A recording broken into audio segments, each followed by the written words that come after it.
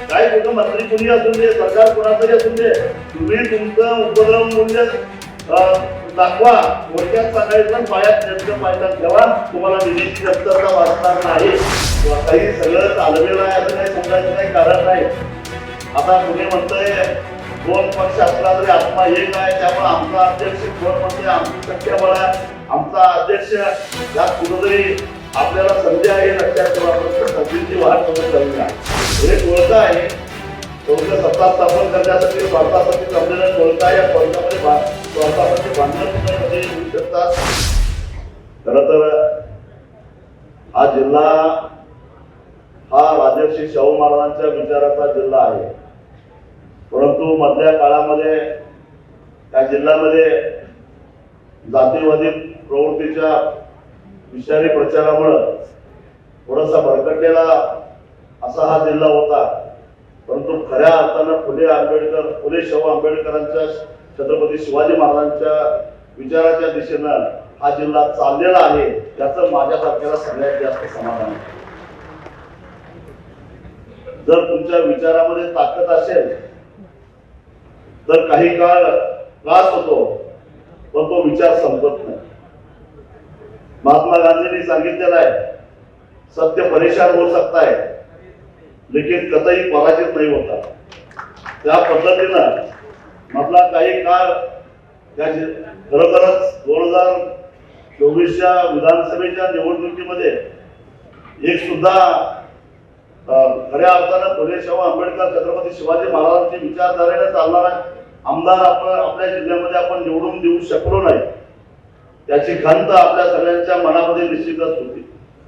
आणि त्यामुळं काही लोकांची मजल इथपर्यंत गेली की आता मी निधर्मी आहे, मी सेक्युलर आहे असं म्हणण्याचे दिवस आता संपलेले आहेत, असं म्हणण्यापर्यंत काही लोकांची मजल गेलेली होती. परंतु तसं काही झालेलं नाही, कारण या जिल्ह्यावर राजर्षी शाहू महाराजांच्या विचाराचे संस्कार आहेत हे या निवडणुकीत आपण सगळ्यांनी दाखवून दिलेलं आहे. आता सुद्धा काही सगळं चालवेलं आहे असं काही समजायचं काही कारण नाही.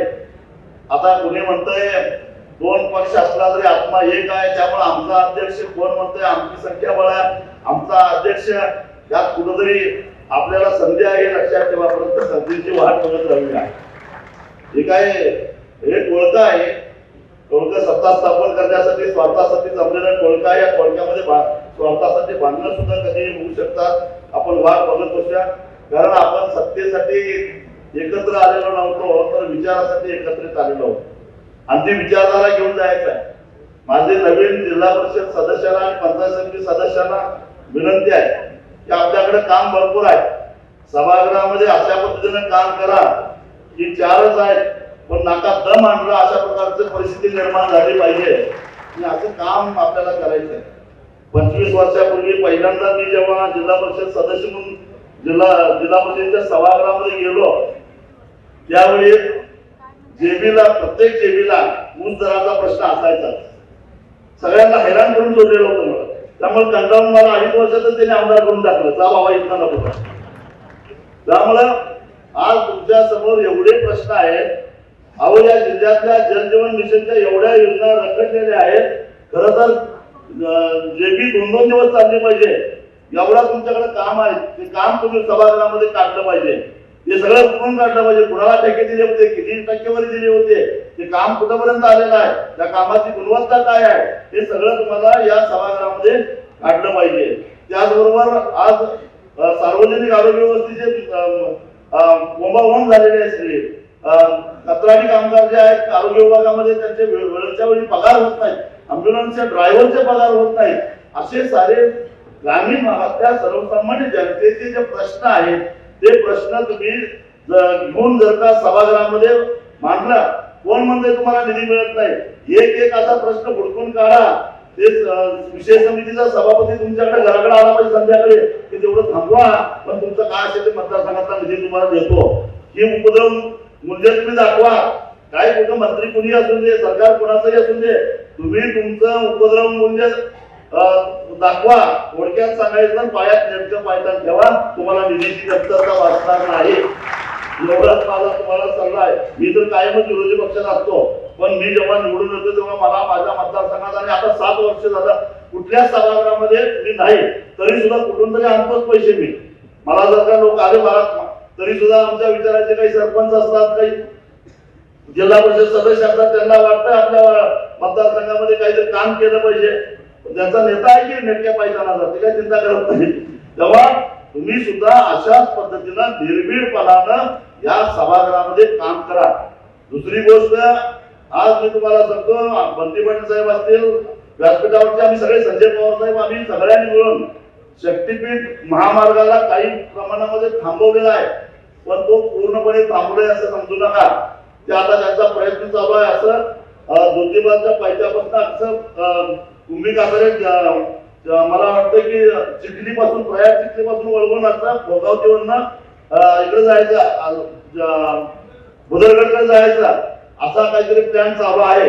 पुन्हा म्हणजे कोल्हापूर जिल्ह्याला महापुराच्या खाईत तोडणारा हा निर्णय ठरणार आहे. त्यामुळं आणि मला वाटतं राधानगरीतनंच आपल्याला सगळ्यात जास्त चांगले सदस्य आल्या, त्या सदस्यांना सांगतो की आपल्याला ज्यांनी मतं दिली आहे त्यांना महापुराच्या खाईत तोडायचं नसेल तर तिकडनं सुद्धा शक्तीपीठ महामार्ग होऊन द्यायचं नाही. शक्तीपीठ महामार्ग जे त्यांचं दुखणं आहे सरकारचं, ते दुखणं असं आहे की त्यांना त्यातून 50,000 कोटी रुपये काढायचे आहेत पुढच्या 2029च्या निवडणुकीमध्ये, आणि त्याच्यामध्ये अडचण आहे. बंटी पाटील साहेबांनी मी दोघं आम्ही काय त्यांच्या बापाला 2029 पर्यंत ते शक्तीपीठ होऊन देत नाही, कारण तेच पैसे पुन्हा निवडणुकीमध्ये मताला 5,000 10,000 दर काढायला येणार आहे. तेव्हा जे काय करणार आहे त्याला आतापासूनच कसा पायबंद घालायचा. आपल्याला उद्या भविष्यातला हा पैसा भ्रष्ट मार्गाने रस्त्यातून पैसा कमवायचा आणि निवडणुकीत खर्च करायचा. मगाशी जो काय उल्लेख झाला धनशक्ती विरुद्ध जनशक्ती, ही धनशक्ती अचानक कशी निर्माण झाली हो? 5-10 वर्षापूर्वी या लोकांच्या पक्षाकडे पैसे किती होते? या लोकांची आर्थिक स्थिती कशी होती?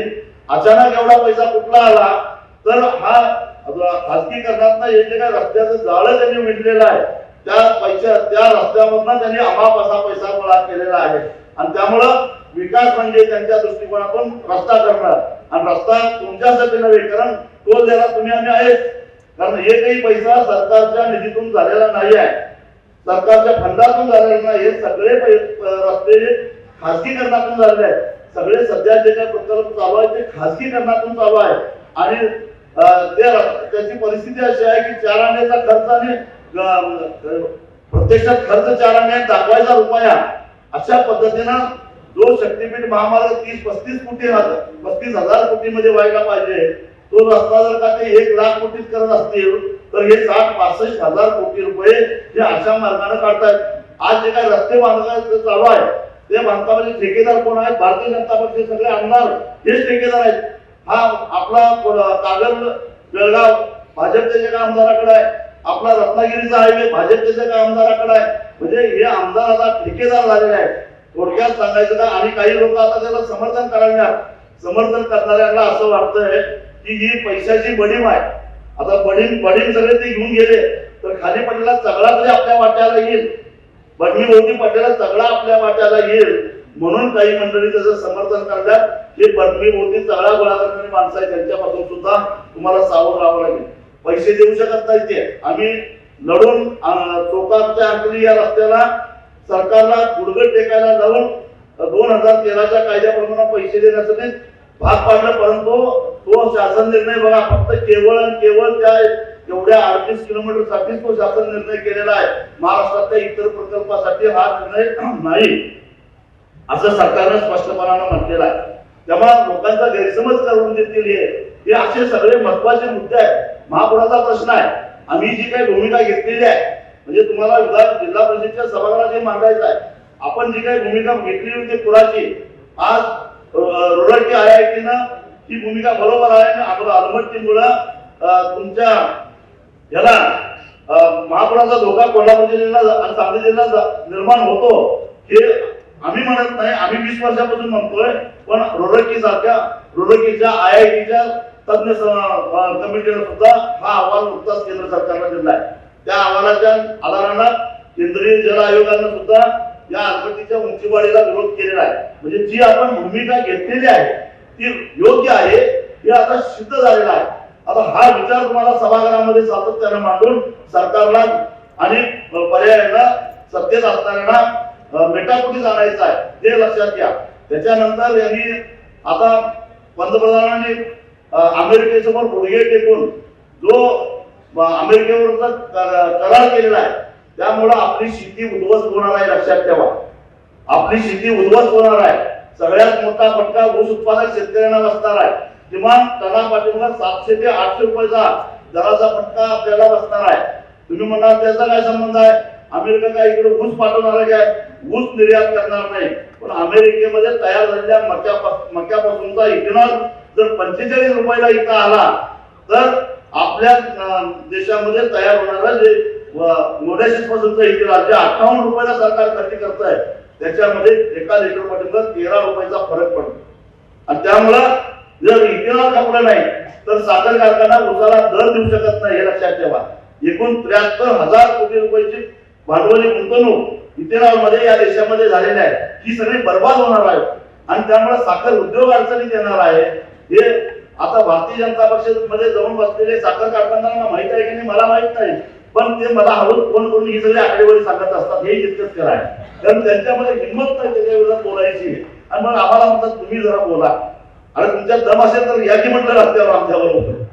पण अशी स्थिती आहे, तीच परिस्थिती सोयाबीनची आहे, तीच परिस्थिती मक्याची आहे, तीच परिस्थिती इतर पिकांची आहे, दुधाची आहे, दुधावर कापसाची आहे. सगळ्यात मोठा आपण दूध उत्पादक जिल्हा आहे आपला. दुधाचं उत्पादन मोठ्या प्रमाणामध्ये आपण घेतो. आपल्याच गायी घेऊन त्यांनी विकसित केल्या 7-7 लिटर दूध त्यांच्यापासून ते काढायला लागलेले आहे. आणि ते दूध त्यांचे दुग्धजन्य पदार्थ जर का आपल्याकडे आले तर उद्या आपल्या दुग्ध व्यवसायाचं काय? 2-2, 4-4 म्हशी सांभाळत घर खर्च चालवणाऱ्या आमच्या आया बहिणींचं काय? हे सारे प्रश्न निर्माण होणार आहे. आणि माझ्या नूतन सदस्यांना विनंती आहे, हे सारे प्रश्न घेऊन तुम्ही जिल्हा परिषदेचं सभागृह दणाणून सोडा. म्हणून मी मुद्दा म्हणून सांगायला लागलोय की तुमची जबाबदारी आहे. एक जबाबदार विरोधी पक्ष म्हणून, विरोधी पक्षाचा घटक म्हणून तुम्ही काम करा. 2029 फार लांब नाही, 2-4 वर्षे शिल्लक राहिलेले आहेत. दिवस तुमचाच येणार आहे. आणि त्यामुळं सुरेश भटांच्या भाषेत सांगायचं झालं तर मी आता घरी बसणार नाही, दिवस आमचा येत आहे, मी आता घरी बसणार नाही.